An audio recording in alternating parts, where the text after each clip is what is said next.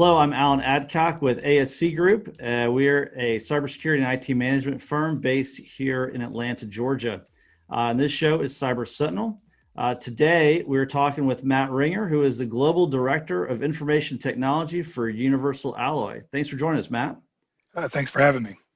So, Matt, tell us a little bit about your background. Have you always worked in IT, or is there something before that?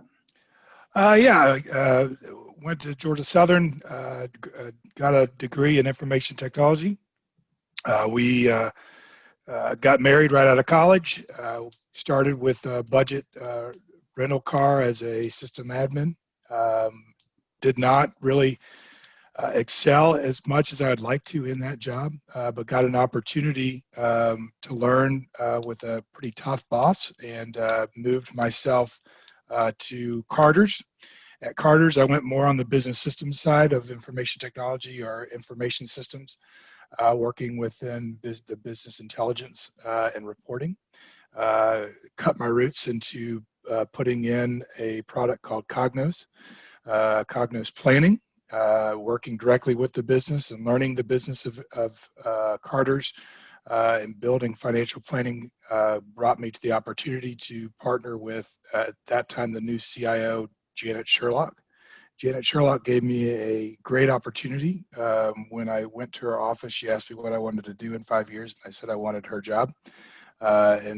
She kind of laughed, but gave me the opportunities that I needed to do. When I was at Carter's, I got to work and manage the information, our Wintel systems team for servers and storage. I went and also managed the financial systems and HR team. Managed many international projects, mergers and acquisitions, helped set up a new infrastructure in the, at that time, Japan office that, but also doing the mergers and acquisitions within Canada and Bonnie Togs. Then a funny thing happened. I was at a March Madness event and with a recruiter. And I jokingly said, if there was ever a CIO position in Canton, give me a call. And he said, there is one. I applied that night, had an interview probably the next day, and ended up starting working at Universal Alloy as the head of IT. And it's been a wonderful experience so far, and I haven't looked back. And IT has been in my blood. My father was a CIO for many years. I followed his footsteps proudly and continue to do so. Fantastic. That's a great career here in Atlanta with some really big Atlanta-based corporations. So congratulations on that. Yeah. Global Director, it's a big title. And so I don't know, didn't realize Universal Alloy had quite that reach. Tell us a little bit about that. Yeah, Universal Alloy is a leader in the aluminum hard alloy aerospace sector. We do supply to all your major aerospace companies. Mostly, you've got Boeing, of course, but we are based out of Canton, Georgia. We have offices in Anaheim. We have offices which are newly acquired in Clearwater, Kansas. We also have a large office in Dumbrăvița, Romania. We have a new office at the airport of Touts or near Baia Mare, Romania. And we have another new office in Da Nang, Vietnam.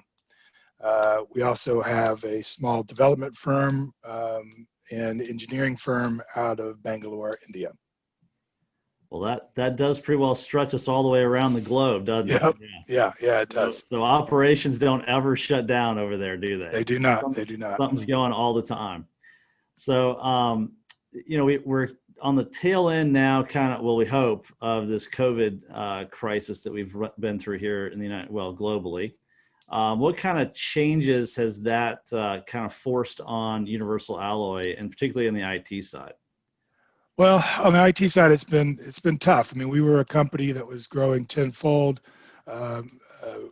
doubling down. It seemed after year was the plan. Being in the aerospace, probably everyone watching this, you're either just started flying or you're not flying yet. People aren't buying airplanes.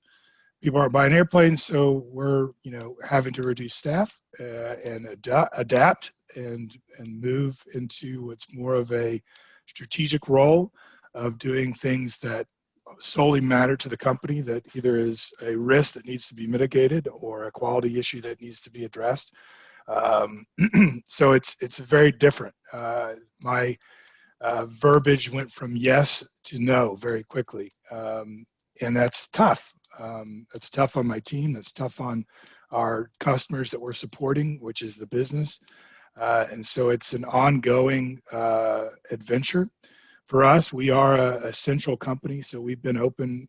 We think we were closed for about 2 weeks just to get everything cleaned up and ready. And then we've been open since. And so that's been tough too. It's been tough on the team. It's been tough on other people because you have to adapt. You're going into the office knowing that somehow you're putting yourself at risk, but you have to do it because it's your job. And we are an essential company that provides for the government. So we've been open this whole time. So it's been interesting. So our key things are really in IT have been around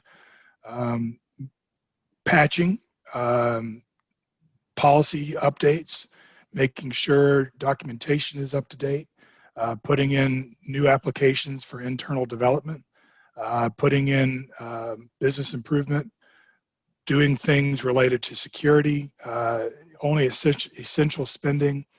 So it's been, I would say it's almost more of a traditional move to things that are at low cost, low-lying fruit. And some of it are things that we're doing on the weekends that we've been putting off, like patching, like upgrading, things that have been where we couldn't do it because we were 24/7, 3 shifts, never closed operation. Now we were finding ourselves with a little bit more of maintenance windows to let us do some things that we couldn't do before. Yeah, that's important. Trying to find those maintenance windows and those upgrade windows when you're running that hard. And I don't know if everybody understands kind of the market that aviation was in prior to the COVID, virus coming out. But from what I understand, aviation was booming huge.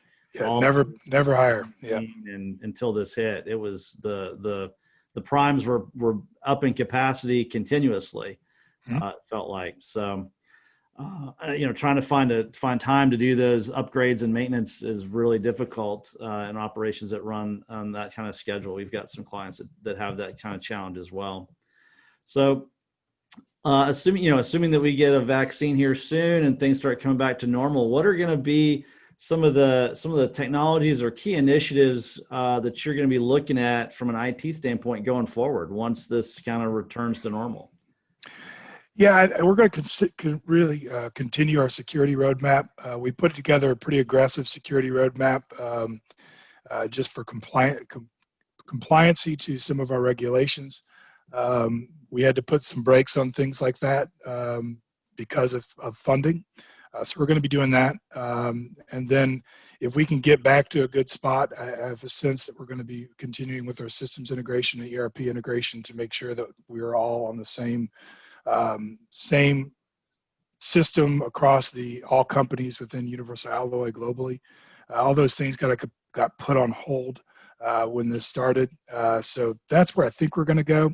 But the biggest thing is to continue security awareness training is our biggest push, and continue to push. And we do that aggressively at our company because that's our biggest gap is the user.